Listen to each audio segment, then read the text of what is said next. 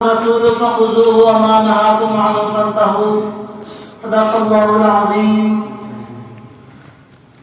میرے نہایت قابل اساتذہ کرام اور دوستوں اور بزرگوں، اللہ پاک حضرت مولانا قاسم نانوتوی نور اللہ مرقدہ کی قبر پر کروڑوں رحمتیں نازل فرمائے.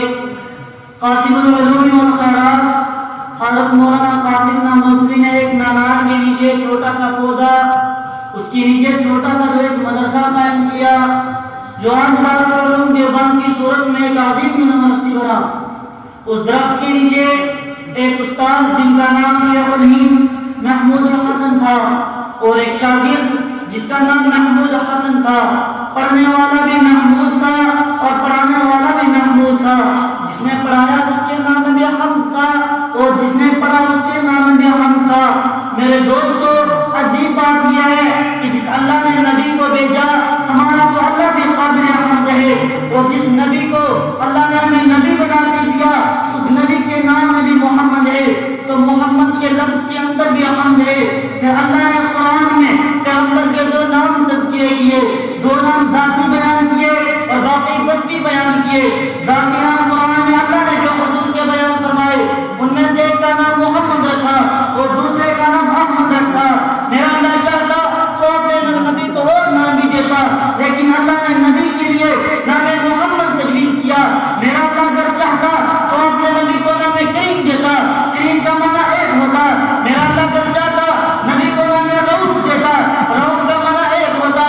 اگر اللہ چاہتا اپنے نبی کو رحیم دیتا، رحیم کا معنی ایک ہوتا. اللہ نے نبی کے لیے نام محمد تجویز کیا. اس لیے اس کائنات میں، اس کائنات کے خزانے میں ایک شخص تھا جس کا نام اللہ نے محمد تجویز کیا اور اس کو سب سے آخری نبی بنا کے بھیجا. اور اللہ نے اس کو نام بھی وہ دیا، اس میں صرف نہیں ساری بات آ گئی.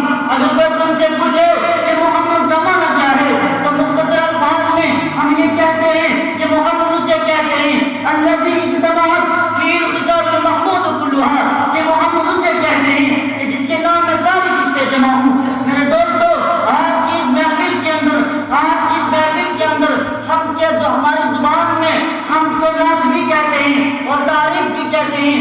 اگر اللہ کی بزرگی بیان کی جائے اس کو ہم کہتے ہیں، اور اگر پیغمبر کا ساتھ بیان کیا جائے اس کو نعت کہتے ہیں. میرے دوستو، یہ تین چیزوں کا نام ہے. نمبر ایک عقائد، نمبر دو مسائل، نمبر تین اخلاق. اگر یہ تین چیزیں ملیں تو شریعت بنتی ہے. ان میں سے ایک کو بھی نکال دیں شریعت نہیں بنتی. عقائد کو نکال دیں شریعت نہیں بنتی، مسائل کو نکال دیں شریعت نہیں بنتی، اخلاق کو نکال دیں شریعت نہیں بنتی. میرے دوستو، اگر ان میں سے ایک چیز کو بھی نکال دیا تو شریعت نہیں بنتی.